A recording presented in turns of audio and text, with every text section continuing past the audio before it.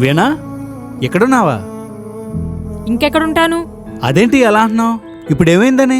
నాకు అత్తయ్య గారి పద్ధతి ఏమి నచ్చట్లేదు. నువ్వు అలా మాట్లాడడం కరెక్ట్ కాదు వీణా. ఇంకెలా మాట్లాడాలి? ఒక్కసారి నా మాట విని వీణా. నేను ఏది చేసినా ప్రతిదానికి పేర్లు పెడుతున్నారు. ఎంత ఓర్చుకుందాం అనుకున్నా నా వల్ల అవడం లేదు. మీ మట్టికి మీరు బయటికి వెళ్ళిపోతారు. ఇంట్లో ఉండేది నేనే కదా. నన్ను అస్తమాను తెగ సాధిస్తున్నారు. ఇలా అయితే వీళ్ళతో నేను కలిసి ఉండలేను. ఏం చేద్దామో మీరే చెప్పండి. ఎన్నాళ్ళు నువ్వు మీ అత్తగారితో చాలా హ్యాపీగా ఉన్నావు అనుకున్నాను, కానీ నువ్వు ఎంత బాధపడుతున్నావని నేను ఎప్పుడు అనుకోలేదు.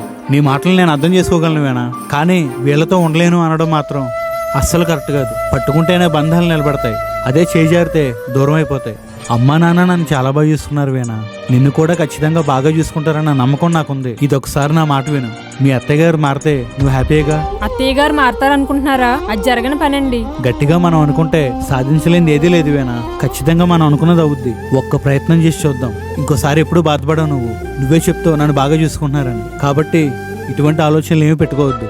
సరేనండి, మీరన్నట్టే చేద్దాం. సరే వీణా, థ్యాంక్ యూ.